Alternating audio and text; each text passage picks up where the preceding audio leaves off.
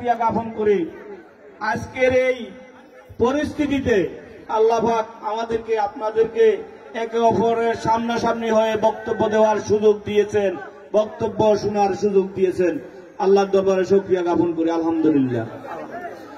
তার সাথে সাথে আজকের এই বিজয় আমরা যাদের কারণে পেয়েছি, বিগত 17 বছর আজকের এই দিনের জন্য যারা আন্দোলন করেছেন, গণতন্ত্র পুনরুদ্ধারের জন্য যারা আন্দোলন করেছেন, মানুষের ভোটের অধিকার ফিরিয়ে দেওয়ার জন্য যারা আন্দোলন করেছেন, এই আন্দোলন করতে গিয়ে যারা শহীদ হয়েছেন ছাত্রদল যুবদলের ভাইরা এবং বৈষম্য বিরোধী ছাত্র আন্দোলনে আমাদের ওয়াসিম সাইদ সহ যে সকল ছাত্র নেতৃবৃন্দ শহীদ হয়েছেন তাদেরকে আমরা শ্রদ্ধার সাথে স্মরণ করছি।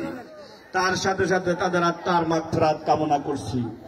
আমাদের প্রিয় নেত্রী দেশনেত্রী বেগম খালেদা জিয়া, আমাদের প্রিয় নেতা দেশ নায়ক তারেক রহমানের দীর্ঘায়ু এবং সুস্বাস্থ্যতা কামনা করছি। প্রিয় নেতৃবৃন্দ, আজকে আমাদের যে আন্দোলন ছিল বিগত 17 বছর পূর্ব থেকে, সে আন্দোলনের গণতন্ত্রের আন্দোলনের নেতৃত্ব কে দিয়েছেন? আমাদের প্রিয় নেত্রী দেশনেত্রী বেগম খালেদা জিয়া। কিসের আন্দোলন ছিল? সেই আন্দোলন ছিল মানুষ বাঁচাও দেশ বাঁচাও। সেই আন্দোলন ছিল গণতন্ত্রের আন্দোলন। সেই আন্দোলন ছিল হাসিনার পতনের আন্দোলন। সেই আন্দোলন ছিল মানুষের ভোট অধিকার ফিরিয়ে দেওয়ার আন্দোলন। সেই আন্দোলন ছিল নিরপেক্ষ তত্ত্বাবধায়ক সরকার প্রতিষ্ঠা করা। ইতিমধ্যে আমরা সফল হয়েছি দেশনেত্রী বেগম খালেদা জিয়ার নেতৃত্বে স্বৈরাচারী সরকারের পতন ঘটাতে। হয়েছি তো সফল আমরা। আমাদের 1 নম্বর দাবি ফ্যাসিস্ট হাসিনার পতন। সেই দাবি পূরণ করেছে এই দেশের ছাত্র জনতা, সিপাহী সকলে মিলে।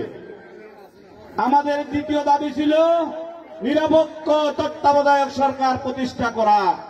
সেই দাবিও আমাদের পূরণ হয়েছে। এই মুহূর্তে নিরপেক্ষ তত্ত্বাবধায়ক সরকার আছে তো দেশে? আমাদের দ্বিতীয় দাবিটাও পূরণ হয়েছে। এরপরের দাবি কি? নিরপেক্ষ তত্ত্বাবধায়ক সরকারের অধীনে